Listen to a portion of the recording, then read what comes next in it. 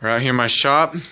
I've got my 6 light high bay light from Lathona. I think I said that right. We've got an emergency light here, and the deal with this emergency light is the shop has to be on power 24/7. And here's my service panel with the big cord. I don't even know if you'll be able to find one of these. I just so happen to have an old camper that the converter box died in it, so I took the power wires and ran with it. Anyway, what we're gonna do is we're gonna take this power outlet right here, and we're gonna make this power outlet a 24-hour power outlet, 24/7. Let's see, how would you do that? 7 days a week, 24 hours, or 36, or all year, pretty much. Just this outlet's gonna be a 24/7 light, so it's gonna run 24 hours, 7 days a week, non-stop, all year. And what we're going to do is we're going to take these screws out. We're going to pull the outlet out. And we're going to run this wire that's connected up over here. We're going to take this wire out, and we're going to put in an old extension cord into there. And that's going to power up that outlet 24 hours into the emergency light. So we'll be back in a second. Should I push the button now? No. I want them to be bored watching take out screws. Well, if you're posting to the internet, I can see you. Make sure it's recording. It's recording. Okay. Alright, so we got the outlet apart here. All it is take the screws out. Don't do very much. And so what we're faced with now is we got the 2 black wires going to this other outlet over here. Dad. So we got the other outlet over here. And what we're going to do is we're going to take the ground wire off first. And basically I'm redoing this whole system over here, so I'm not terribly worried about it. Because this outlet's going to be a 24-hour outlet. This is going to be on the same video. I just paused it so it won't. Sometimes with these grounding wires you have to be a little rough with them because they're hard to get off. And so you just take that off. Then get my wire strippers that are over here, so we can pull the wires off of the outlet. So we take the wire strippers here, the end that's not sharp because mine cut here. So we just pull them out, work it loose, and once you get it out, it'll come out one way or another. It'll either bust in the outlet or something will happen. If it busts in the outlet, I'm not worried about it. I'll bust it right there. See, if it busts in the outlet, I'm not too worried because I'm not using these quick connectors anymore because I find them rather annoying. So there it is. Just trim that off, bust in the outlet, just like I said it would. We're going to just push that back in there. So see how that's pushed back in there so we don't get any problems with the black wire, which is the power wire. This one should, some of these are really hard. Alright, there, so that broke again. So we're just going to do the same thing. Just going to tap it in there.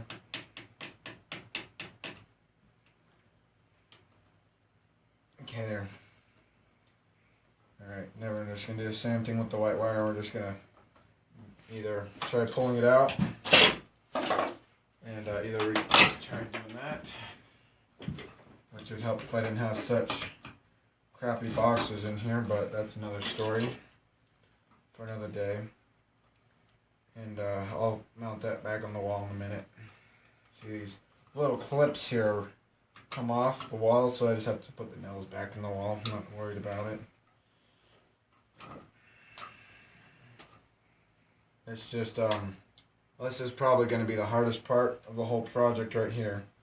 And I might just replace the outlet.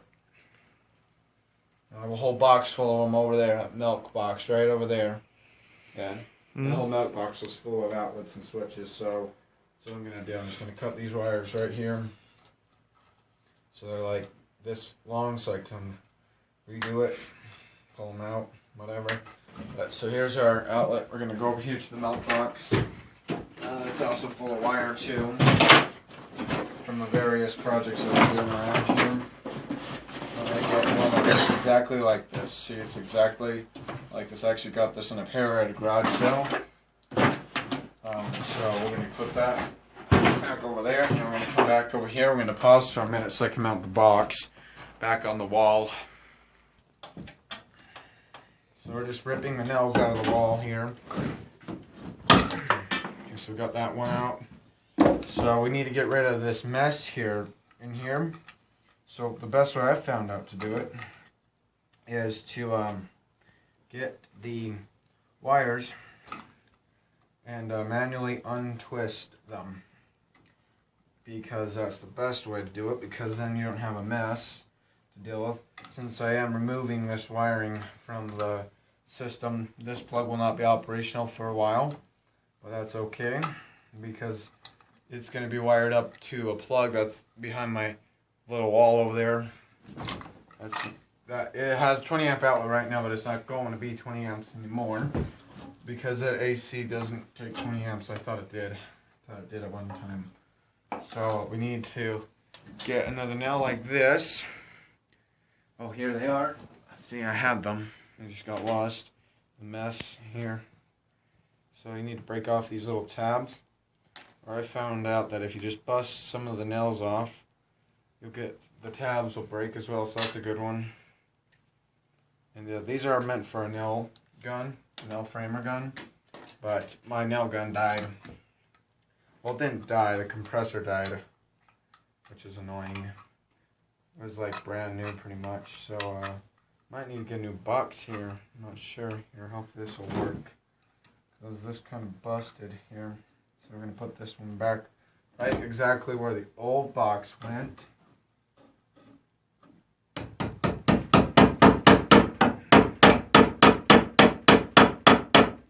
So we got one nail in there, and the other one's coming in now. Oops, I dropped it behind the heater here. My heater. The knob is missing.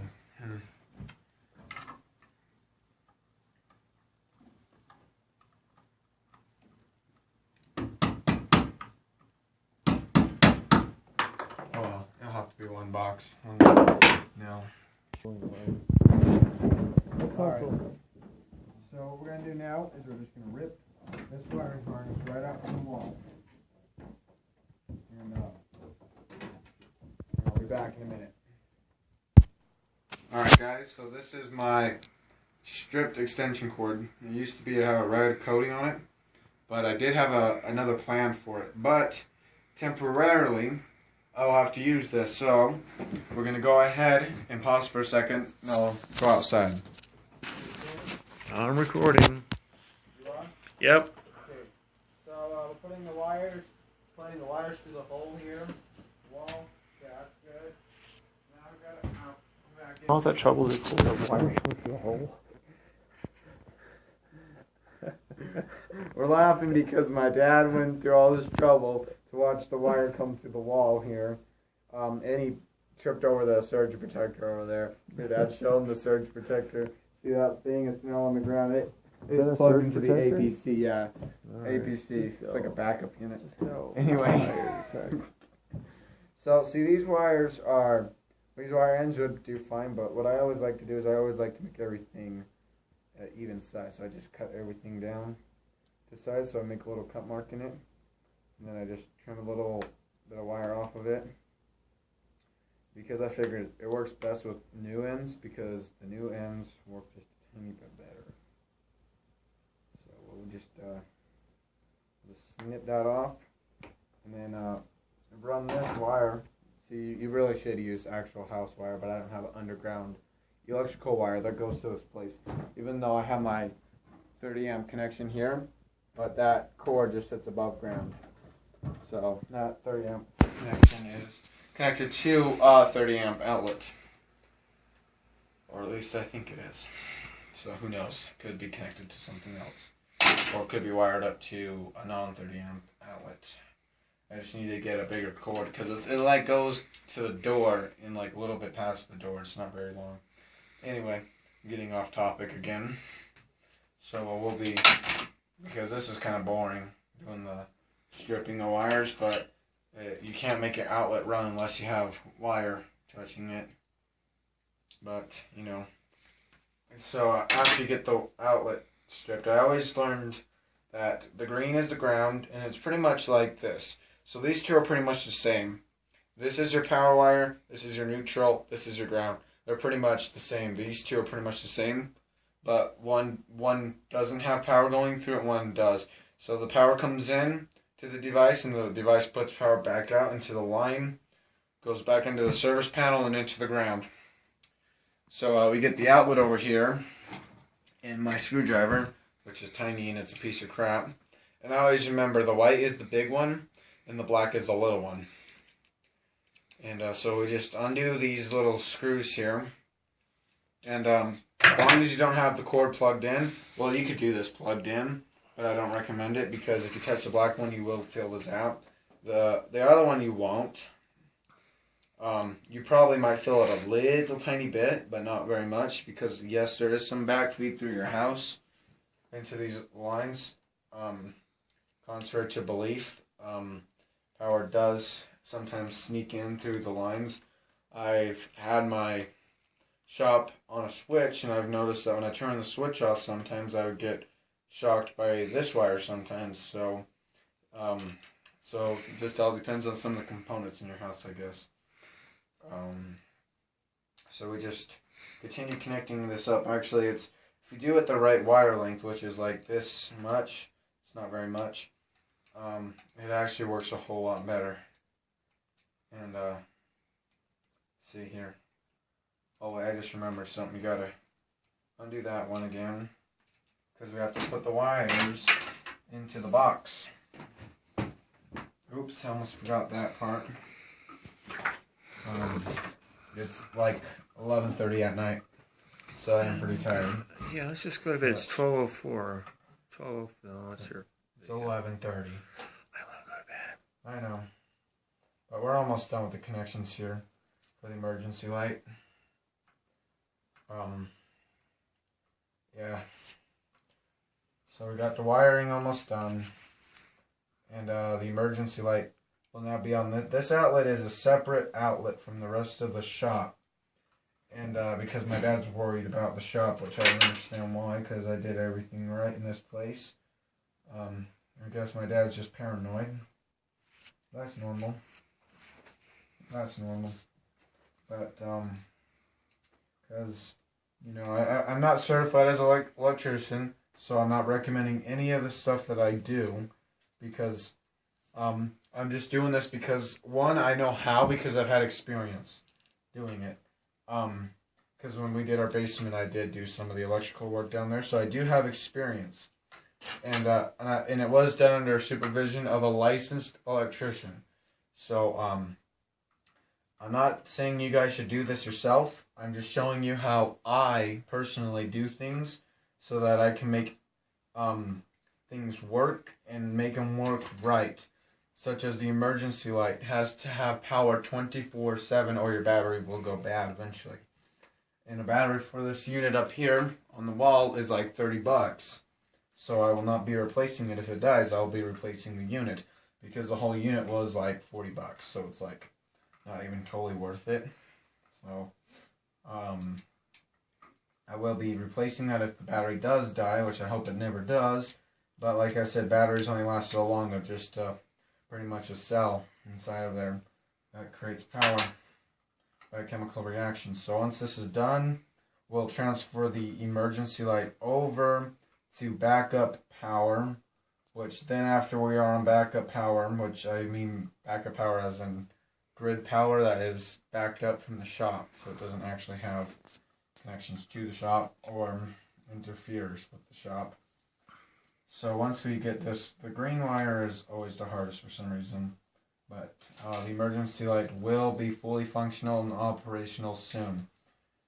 So after I get that tucked in, that pulled out, then we need to put the screws in. So I've got here one screw, a little small one.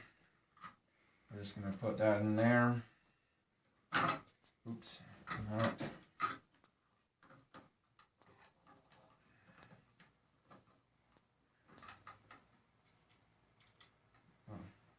something's screwy here.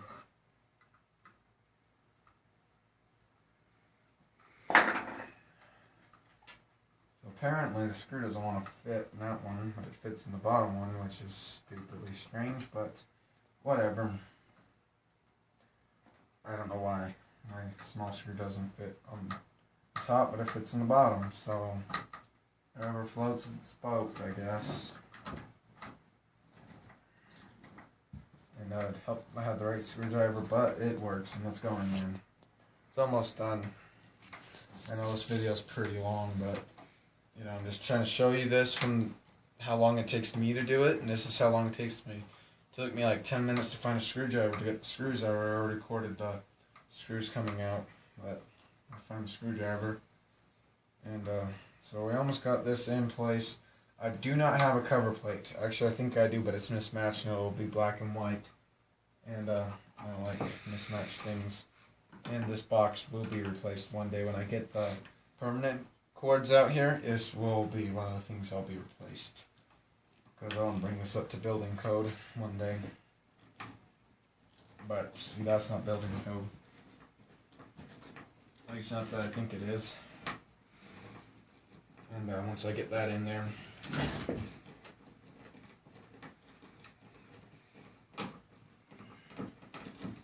so that's in there. So now what we're going to do, come over to the surge protector here. Dad. I'm going to unplug it. The emergency light's on. As you can see, hold on, let me just turn off the light real fast. So it's on. Also got the high bay light up here. The Lithona light, which is really good light actually.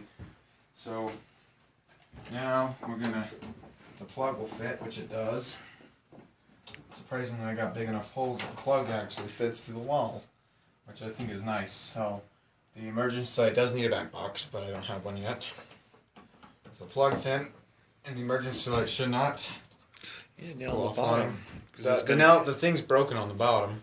Well, I know, but you need something because it's going to wiggle the wires loose one day and start my house on fire. Let's plug it all. So, Dad, pause that. Let's turn. Hello. Hello, hello, hello.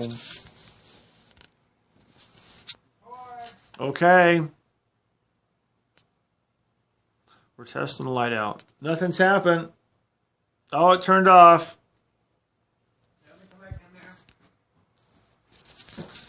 Are you recording? I am. Actually, it's recording. Alright. Well, the power is on. It works. Now, this is not wire you should use at all. You should not use extension cords.